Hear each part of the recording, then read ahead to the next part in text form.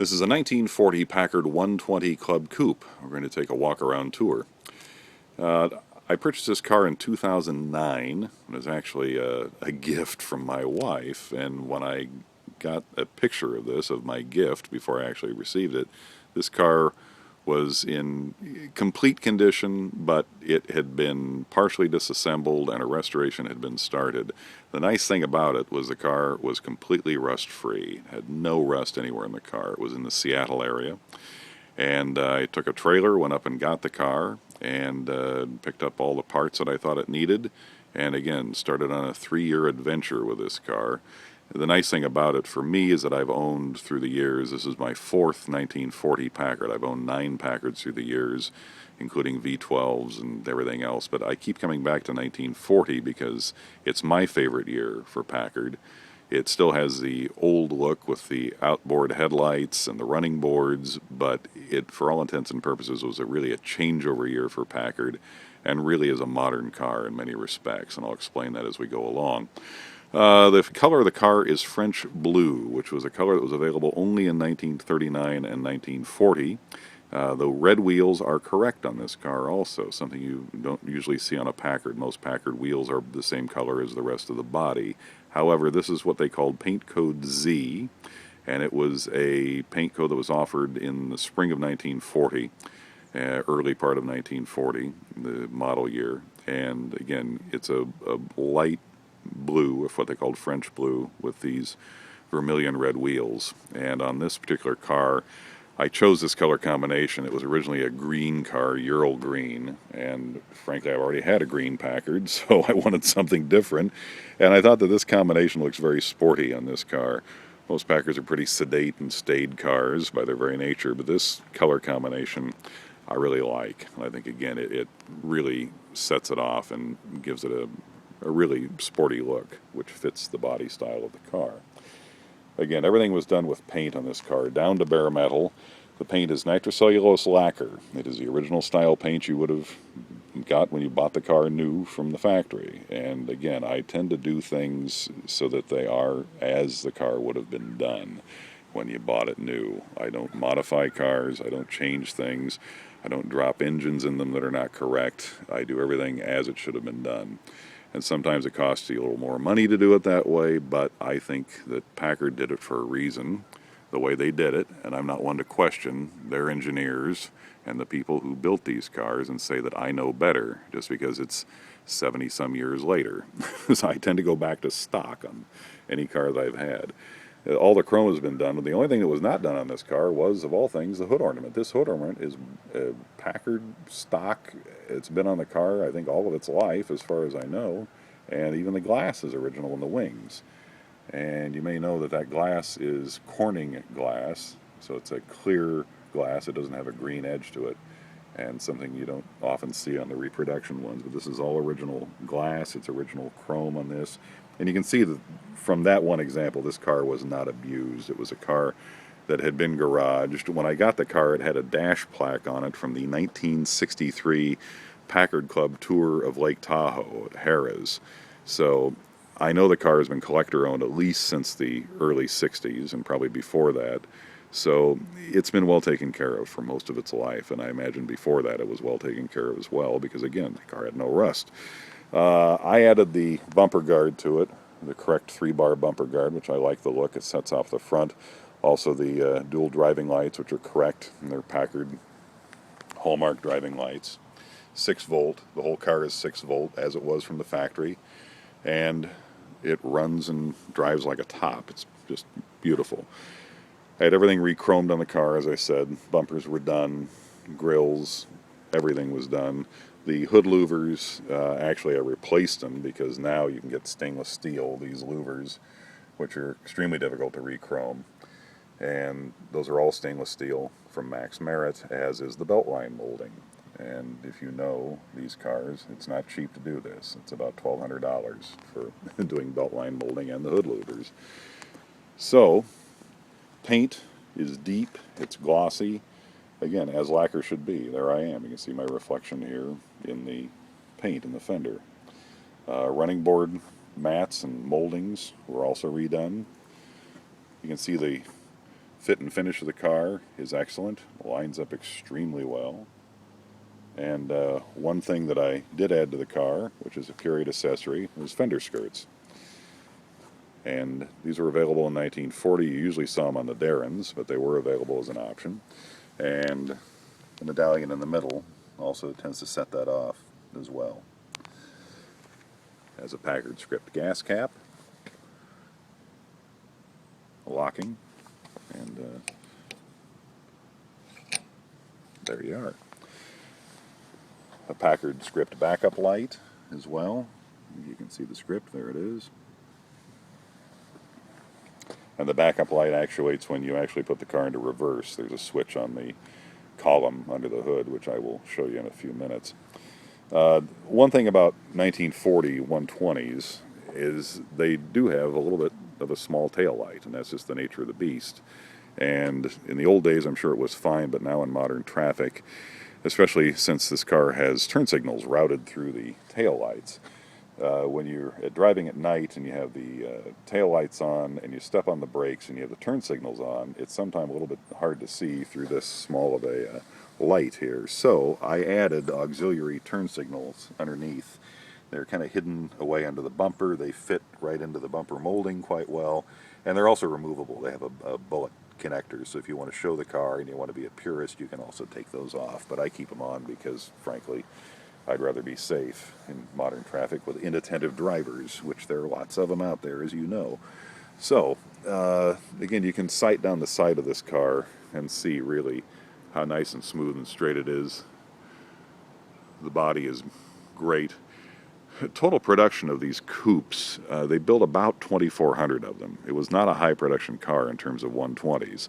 And to my knowledge, there are about 15 of them left.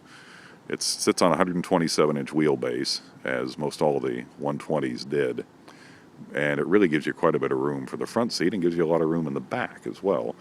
Now, this is a club coupe, meaning it's not a business coupe. It does have seats in the back, and from the factory it came with jump seats. And a previous owner also added a bench seat, which in 1941 is what you would have found on these cars, is a bench. The bench is removable. It comes out, and the backrests are actually panels here. Let me turn this back light on, which, again, dome light, everything works in this car. And if you lift this up, you'll see in the back there are the jump seats, and they fold out. And again, if you remove this lower bench, you can use it with the two jump seats. There's jump seats on each side. Or you can use it with the bench. And if you take out the bench and leave the seats folded up, you have a business coupe. So you can carry your salesman's samples, your vacuum cleaners, whatever you want in the back. You notice the interior is lovely. Again, done stock, as it would have been from the factory. This is all wool. It's a correct wool from Bill Hirsch. The piping is correct. Everything about the interior is done spot on. This was done by Guy's Interiors here in Portland. It was done many cars that have gone to Pebble Beach. He knows what he's doing. The car is absolutely correct in all respects in the interior.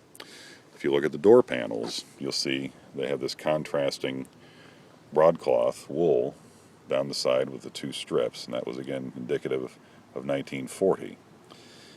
Armrests, window cranks, the plastic has been replaced on these, and the kick panel. Now, the only thing I didn't replace were the kick plates down here. And those are the originals from the factory on that car. Actually, the mat here in the bottom is the original mat from 1940, since they're not reproduced, and it's in remarkably good shape. This rubber floor mat, it's really pretty amazing that it's in as great a shape as it is, particularly under the heel pad where the accelerator is at. It's really quite good. There's one tiny bit of wear right here. It's very minor, considering the whole mat itself has again survived quite well after 70 plus years. Everything was done. The wood graining, I did all the wood graining actually myself in this car, and it is correct, and it's a straight grain, which this car has. You'll notice there are a couple little accessory lights underneath here, which those actually, this is the one deviation from original. These were on 1948 Packards. These are actually lights out of a 48 Packard, and I put underneath. and they light up the compartment when you open the door, and I like it. It's a good addition just if you're getting in at night. It does have a radio. The speaker is here, and I have not put the head in this actually yet. It's one of the few things I have not done in this car yet, but it will most likely be done before it leaves me. The box is over here on the other side, and it does have the deluxe heater. And the radio's been entirely rebuilt. Heater's been rebuilt. Everything has been rebuilt in this car. There's nothing that, again, I left undone because I wanted the car done right. The door gap, again, is right. The pinstriping around the windows is correct on the 120s. And it is just a really lovely car. The top, you can see the reflection. The paint is wonderful. All the rubber's been done in the car. The windshield rubber, all the side rubber, the fuzzies in the window, everything has been done as it should be if you're going to do a full restoration. And this car had everything done.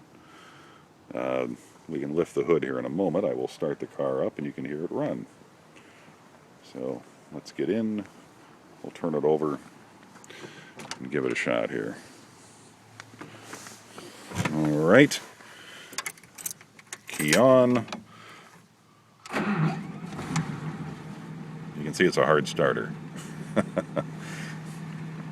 Car runs just like a Packard is the best way I can say it. I mean, it runs exactly as the car should run.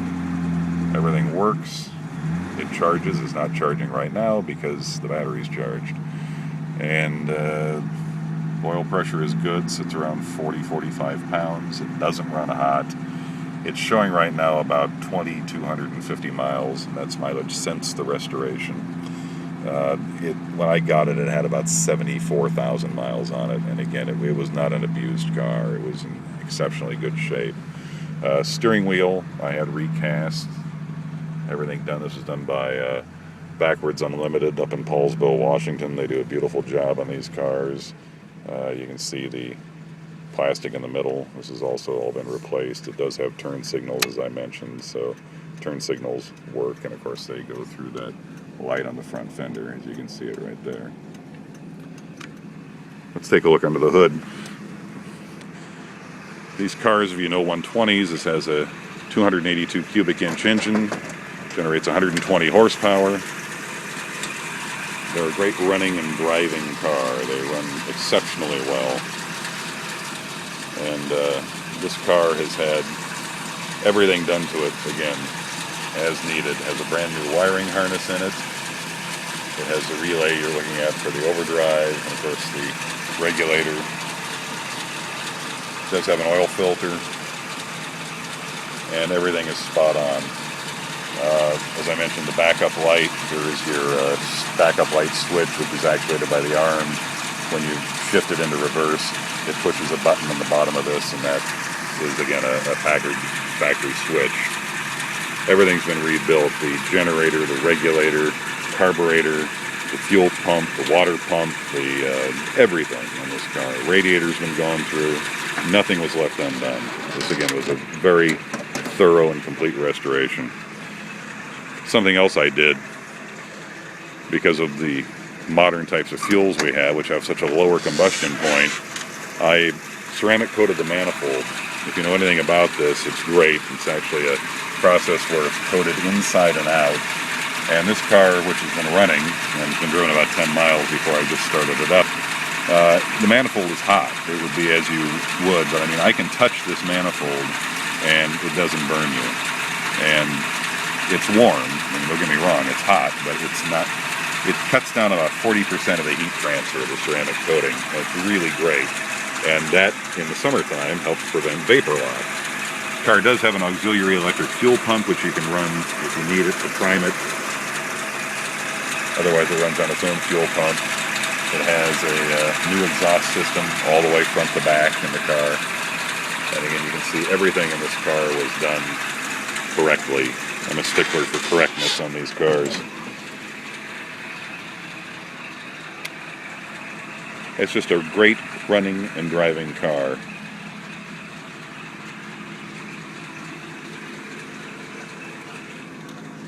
Seat belts added. Horn works. everything works as it should. Even the light in the glove box works. Yeah, amazing. So it's just a really good running and driving car. It's better than good. It's a great running and driving car because, again, everything's been done. It's hard to stress. I mean, you see a lot of cars and they look good. People spend money on body and paint, but they don't want to do the mechanicals. This car, the mechanicals have been done. This car, I would get in tomorrow and drive it cross country with no fear that anything's going to happen. It's not going to let me down.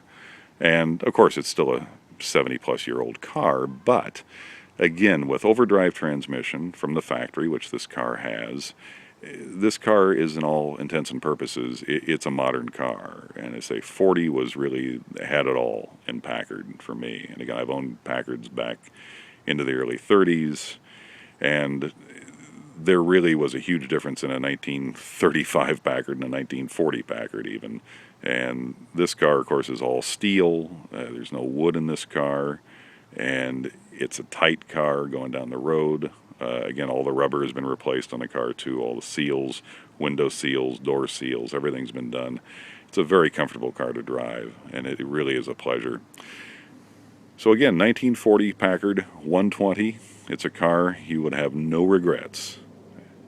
It's dialed in. It's ready for the road. And if you have any other questions, feel free to get in touch with me. Thanks for watching.